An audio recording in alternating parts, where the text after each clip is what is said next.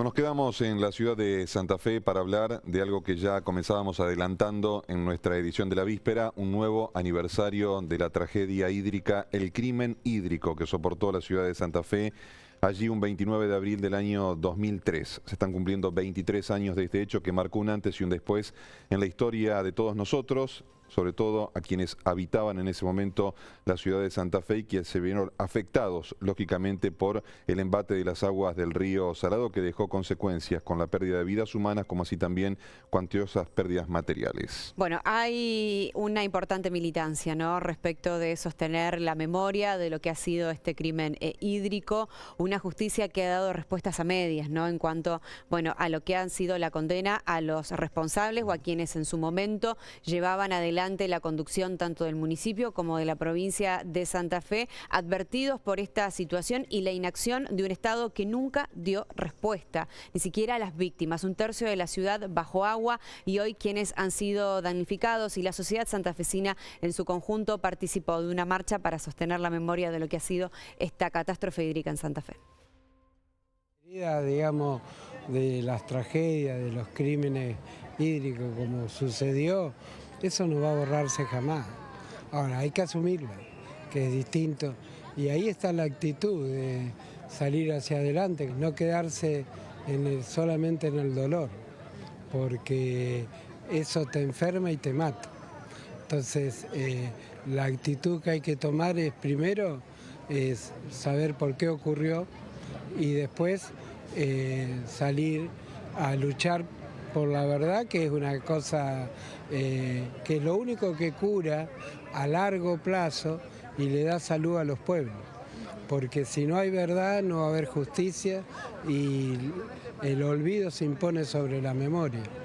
Es un deber porque son compañeros que tuvieron que asolar sin el apoyo, sin la previsión, con la indiferencia total del gobierno de ese entonces, de Reutemann Bey, y de la municipalidad, porque el mismo signo político, que desoyó el proyecto que la Universidad del Litoral, desde hidráulica, le había remitido al gobierno peronista de ese entonces, 9 años antes de la catástrofe hídrica, que en realidad es una catástrofe hídrica social y política, porque fue provocada.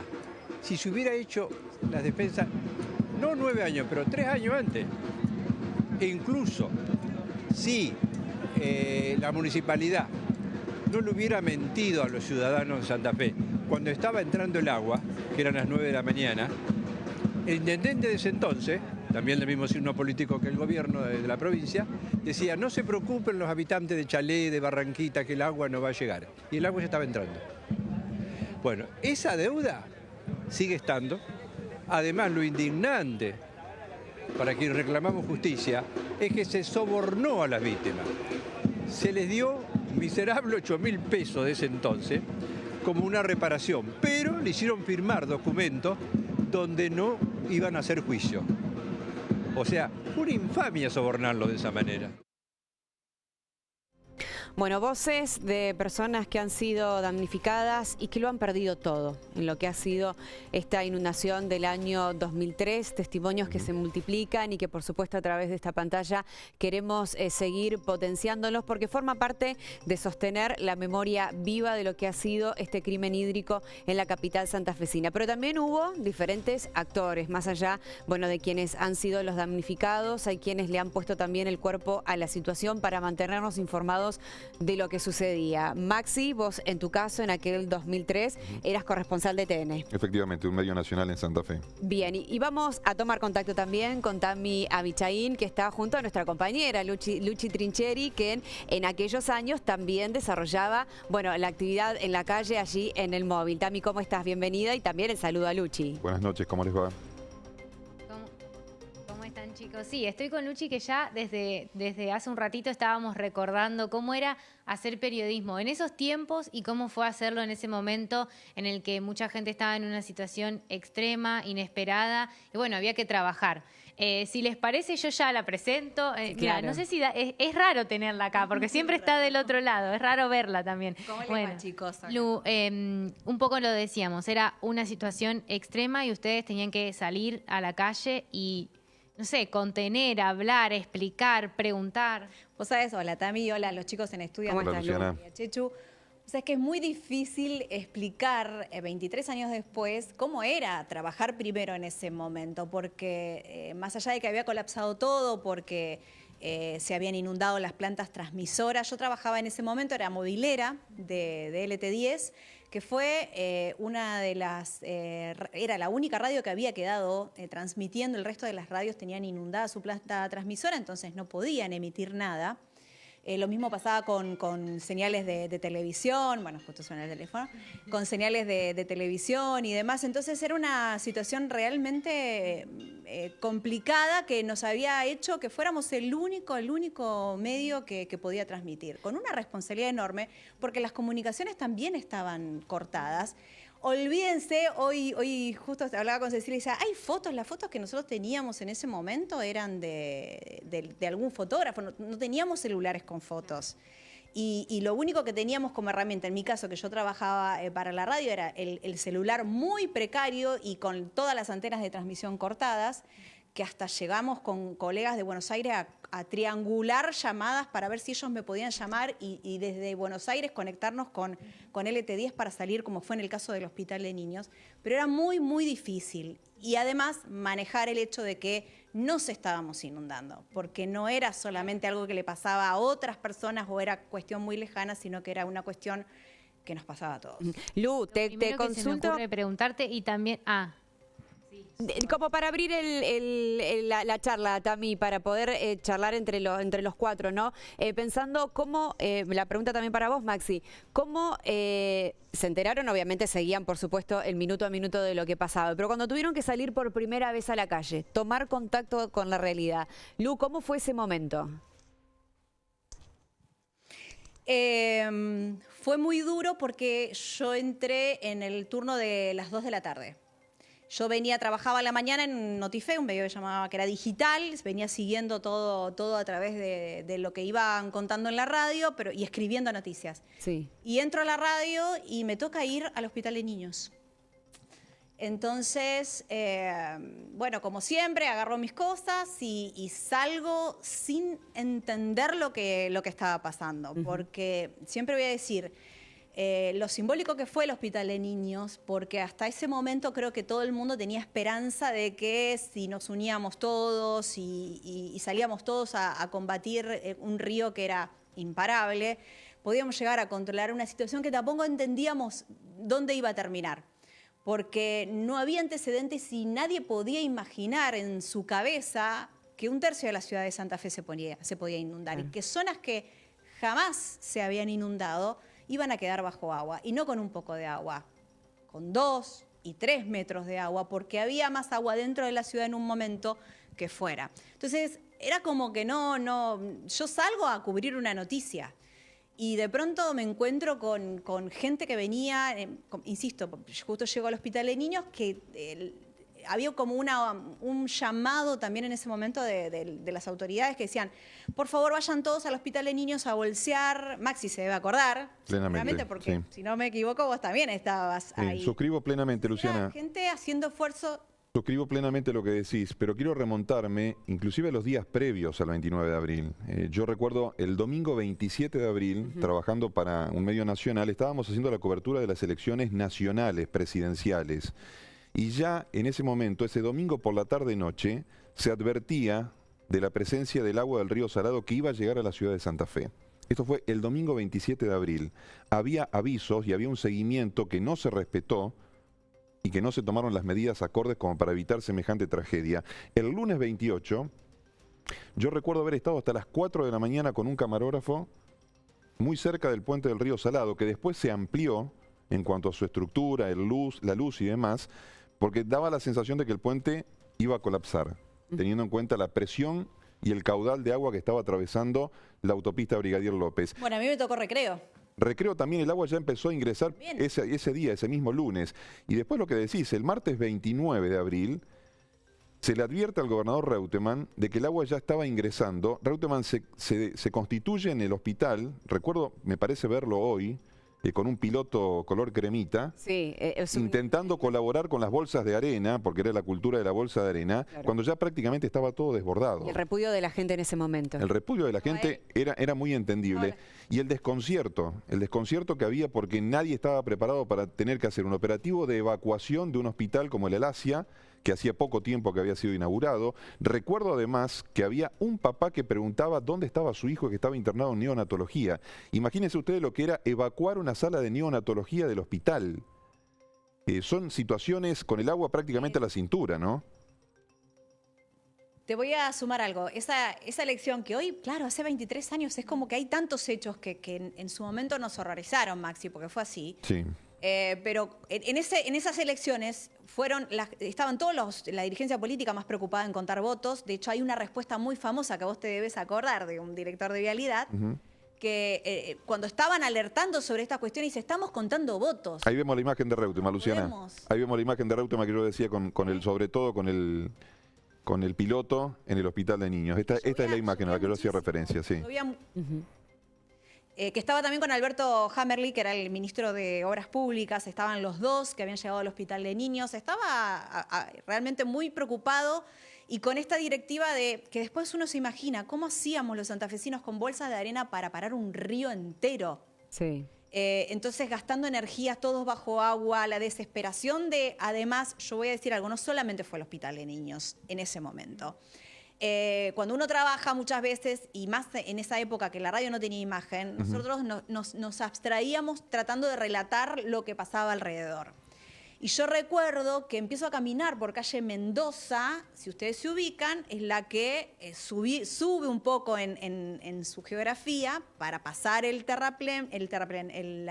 vía del tren y después ingresar de lleno a Santa Rosa de Lima. Y yo veía la gente, era como vieron las hormigas cuando huyen de algo y van miles y miles de personas saliendo por esa calle con el agua ya que le llegaba a la rodilla y en cuestión de 10 minutos el agua llegaba abajo de la cadera. Y en un momento, en eso de estar trabajando, el agua, recuerdo de haber estado trabajando y la gente yéndose con el agua al pecho. Y es una cuestión muy particular, pero con la gente se iban las ratas, las hormigas, las arañas, y vos la veías en la superficie del agua. Por eso le digo, imagínense lo que era estar con el agua acá. Más allá de lo que estaba pasando a 2 cuadras, Sí. era el hospital de niños, era lo que iba hacia el hospital de niños. Pero ustedes, voy a hacer una imagen es difícil ponerse en la piel. absolutamente compleja. Es difícil ponerse en la piel de la gente que lo padeció en La aquel gente momento. huyendo con sus perros, claro. Maxi, vos los perros, los chicos, lo que vos podías rescatar de tu vida. Sí. La limitante de las comunicaciones, Claro. es lo que decía Luciana. Bueno, la mayoría de los medios radiales, gráficos, televisivos en Santa Fe que quedaron prácticamente fuera de servicio. La emisora universitaria fue la única que oficiaba de nexo entre las familias porque la gente salía despavorida, huía de la zona afectada por la inundación, que era toda la margen oeste de la ciudad de Santa Fe. Se desencontraban, después Claro. había que montar todo un operativo logístico para saber dónde estaba cada uno. Claro. Y los mensajes, Luchi, que deben haber llegado a la radio preguntando por el paradero de tal o cual persona. Infinidad. Claro, porque no había todas las formas de comunicarse y en esta locura, o sea, que contesta postal porque me acuerdo que nadie sabía para dónde te ibas. Y era huir, aparte en estado de shock, o sea, había gente que no se acuerda qué hizo en ese momento. Sí, que deambulaba sin saber dónde iba. Insisto, en esta imagen eran fantasmas. Yo también tengo otra postal de esa avenida Freire sin luz a las 7 de la tarde porque tuvieron que cortar toda la energía eléctrica, donde la gente deambulaba, eran fantasmas con la mirada absolutamente perdida porque no entendían qué pasaba. Anoche, El agua te sacó de tu casa. Uno de los entrevistados, cuando se hacía la vigilia en Plaza de Mayo, decía que había gente que no había conocido otro sector de la ciudad que no sea su barrio. Y doy fe de eso porque había gente que nunca había cruzado Avenida Freire. Claro. Fíjate vos la dimensión social que tuvo la tragedia, que hizo que mucha gente tenga que huir de esta manera de su lugar de residencia, que perdiera todo desde lo material, lo afectivo, lo humano. Hay familias que han quedado desmembradas de lo económico. Sí. Veníamos de una crisis social Allí estamos viendo La de imágenes 2001, aéreas claro. del Hospital de Niños para la gente que nos está viendo en algún punto de la provincia, de cómo había quedado el hospital. Fíjese ustedes lo que es el entorno. Esta es una imagen que logramos a través de un helicóptero de prefectura que tomábamos todos los días, 2 veces al día desde la zona del puerto para sobrevolar la ciudad de Santa Fe y tener una magnitud de lo del fenómeno. Pero digo, veníamos de la crisis económica del 2001 y esto pasó 2 años después. Sí. Imagínate el contexto social para una ciudad como Santa Fe. Recién hablaban de una deuda de tipo social, de tipo económico, se habló también de la demanda penal y de la demanda civil. A la gente se le ofrecía un arreglo económico a través de lo que se había conformado, Luciana, y realmente es así, el ente de la reconstrucción, que funcionaba en calle Avenida Freire, casi Mendoza, Le ¿no? contaba eso. Sí. Exactamente, que tenía como una categoría de ministerio y que bueno, que era el encargado de administrar la reconstrucción de una ciudad que estaba, era una postal de guerra. Si vos veías Santa Fe, incluso parecía que había sido bombardeada. Las postales que hoy vemos de la guerra en cualquier lado, gente viviendo no 1 o 2 días en centros de evacuados. Hay gente que vivió meses sí. en centros de evacuados porque no tenía dónde ir y no tenía dónde volver. Centros de evacuados que yo también le contaba hoy a Tami recién, ¿no? Fue una de las cosas que más me impactó. La primera noche en los centros de evacuados, que después para muchos fueron meses, pero eran esas postales de películas de guerra, de todos a oscuras, porque aparte no había luz, y eso le daba una cuestión también muy fuerte a todo lo que se vivía. Y era entrar, por ejemplo, en la escuela normal, recuerdo que fue la que más me impresionó porque era gente, imagínate, la quedaba muy cerca, y todos alrededor de un sol de noche escuchando la radio y el eco de la radio en el gimnasio y en se me pone la piel de gallina, y en las aulas, y la gente tapada con frazadas, muertos de frío, porque aparte fue un día espantoso de lluvia. Llovizna, sí, llovizna. Sí, era todos mojados con botas. Las botas no servían para nada, porque te estoy hablando que el agua llegaba casi al pecho, pero era una postal de un dolor. Y una ciudad aislada. Una ciudad aislada, porque el acceso a Santo Tomé por el puente carretero estaba cerrado, el acceso a la autopista estaba cerrado, el acceso norte, rumbo a la ciudad de Recreo, no se podía circular porque ¿Cómo se manejaban ustedes? En vehículos hasta donde se podía llegar y en las zonas más afectadas con los lanchones, los anfibios del ejército y de prefectura, ingresábamos directamente a los barrios como para poder... Siempre con la compañía de la policía. Había, Maxi. Sí, mucha gente solidariamente puso sus embarcaciones a disposición. Esto también fue una realidad, gente que colaboró, obviamente, en el operativo de rescate, ¿no? Te decía, te llevamos, o entraban y es como que las lanchas empezaron a aparecer de todos lados y ¿qué te puedo ayudar? Eso sí, fue algo muy impresionante porque eran todos al servicio de todos. Claro. Y por eso insisto también, gente que trataba de hacer cosas que no servían quizás, pero era como, hey, estoy acá. Estoy acá. Y fue también una derrota muy grande cuando toda esa gente que se había movilizado vio que no sirvió de nada. Y ese hospital de niños me parece que se convirtió en el símbolo de la derrota de nosotros como sociedad, en realidad, contra un río que era imparable por cuestiones que después se supieron. Tuvieron que ver con obras que no se hicieron. Simple, matemática. Tenían que hacer 3 tramos de una defensa que se hicieron 2. 700 metros que quedaron abiertos. Exactamente. Bueno, estamos viendo imágenes aéreas de lo que fue el ingreso del agua, cómo se le brindó asistencia a la gente. Un antes y un después, decimos habitualmente, porque cuando el agua bajó, cuando escurrió, recuerdo cuando tuvieron que dinamitar la avenida Mar Argentino, hoy avenida de la Constitución. Ese fue otro de los hitos que tuvo esta Fue la decisión que se tuvo que adoptar como para poder comenzar a evacuar el agua rumbo al riacho Santa Fe. Es decir, sacar el agua de la zona del Quillá, del Náutico Sur. Fue una decisión que, forzada porque era una vía de comunicación nacional, se tuvo que hacer para poder evacuar el agua. Y después cuando bajó el agua fue... inundada además, Obviamente, sí, el techo del Quillá apenas que se veía, ¿no? Sí. Bueno, repasábamos ayer lo que fue la cancha de Colón también. Esa es otra de las tristes imágenes, ¿no?, que deja la inundación, Luchi. El hospital de niños, la cancha de Colón, las señalizaciones de las calles con el agua que prácticamente le llegaban a las chapas donde mencionan los nombres de las calles. Creo que nos han quedado como imágenes muy fuertes para tomar una verdadera dimensión de lo que fue esta catástrofe hídrica. Y lo de Colón, Chechu, me parece que también con esto que tiene el fútbol de masivo, fue un emblema de lo que pasó en Santa Fe. Y también esa postal que vos decís, era como que, me acuerdo que en su momento, después vinieron las cargadas y demás, que fue un horror, pero las hinchadas se movilizaban, los clubes se movilizaron, tenía mucha visibilidad, pero...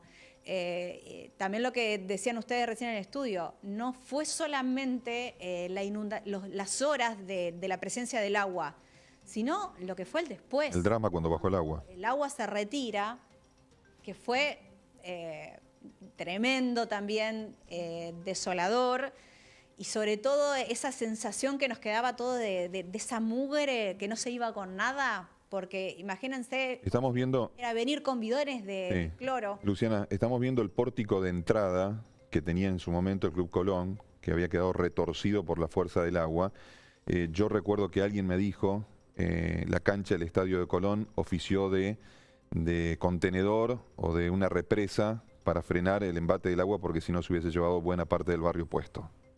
Claro. Hubiese arrasado con todo, ¿no? Hizo una especie de contención del estadio. Fue realmente dramático lo que se vivió en ese sector, en Barrio Chalet. Claro. Y hoy está el escudo, bueno, pero sí, ese ingreso parecía que habían tirado bombas, que había sido bombardeado, cómo había quedado toda la estructura de, no sé si de cemento, hormigón, pero era una cosa impresionante, y así toda la ciudad.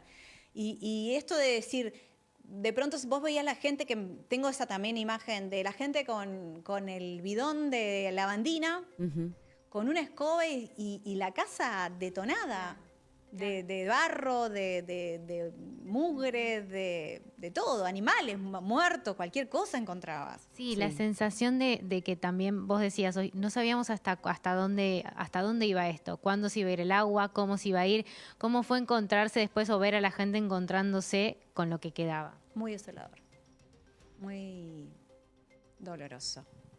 Porque no le estaba pasando, era muy difícil separar lo profesional para contarlo incluso.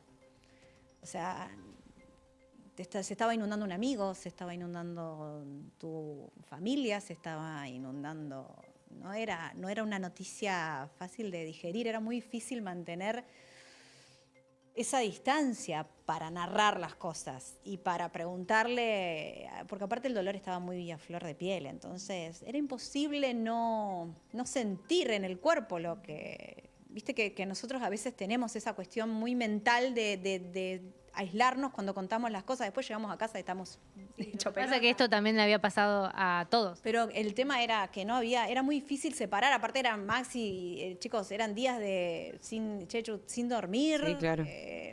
Era como, teníamos psicólogos, en la radio, por ejemplo, en el ET10 nos habían puesto psicólogos, que recuerdo muchas veces nos atajaban cuando llegábamos, porque... yo después de esa noche, fue todo un día muy largo porque terminamos a las 7, 8 de la mañana, ese día que yo entré a las 2 terminé a 9 de la mañana, que llego a la radio y te desplomabas porque habías visto, era mucho dolor y no sabías qué iba a pasar, cómo se resolvía esto. Que hoy 23 años después todavía pensamos, ¿no? Se resolvió, bueno... Con tiempo y para muchos no tanto, intentando guardar las cosas. Hoy hablábamos también cómo procesó la gente, si hubiéramos necesitado más respuesta de la gente para marchas, para movilizaciones. Pero fue tan grande el dolor que hay gente que le cuesta todavía hoy poder hablarlo. Ese dolor y ese sentimiento. Es muy difícil. Tal cual, Chechu. Poder hablarlo, poder expresarlo, poder de alguna manera sanar una herida que muchas veces, y queda este interrogante, si en algún momento se puede sanar en función de las pérdidas, más allá de las materiales, que escuchamos a entrevistados, ha costado toda una vida poder construir una casa, poder llevar adelante todo lo que es un hogar, pero lo sentimental, lo afectivo y lo emocional. Lo afectivo fue verdaderamente devastador escuchar todos estos testimonios. Luchi, te agradecemos estos minutos para conocer también cómo ha sido tu experiencia de trabajar en la calle durante estos días tan difíciles que vivió la ciudad de Santa Fe en 2003, así que desde aquí también te enviamos un abrazo. Bueno, contar un poquito todo lo que hacíamos, éramos un montón de cronistas y de periodistas, insisto, aparte muchos estaban inundando, Claro. Había compañeros nuestros que se enteraban, les avisaban de su casa que les estaba entrando el agua cuando estaban trabajando. Terrible. Eso también fue tremendo. Gracias, Luciana, muy amable. Chicos, un beso. Saludos. Un abrazo grande. Gracias, Tami. Bien. No, gracias a ustedes, chicos. Un abrazo, adiós.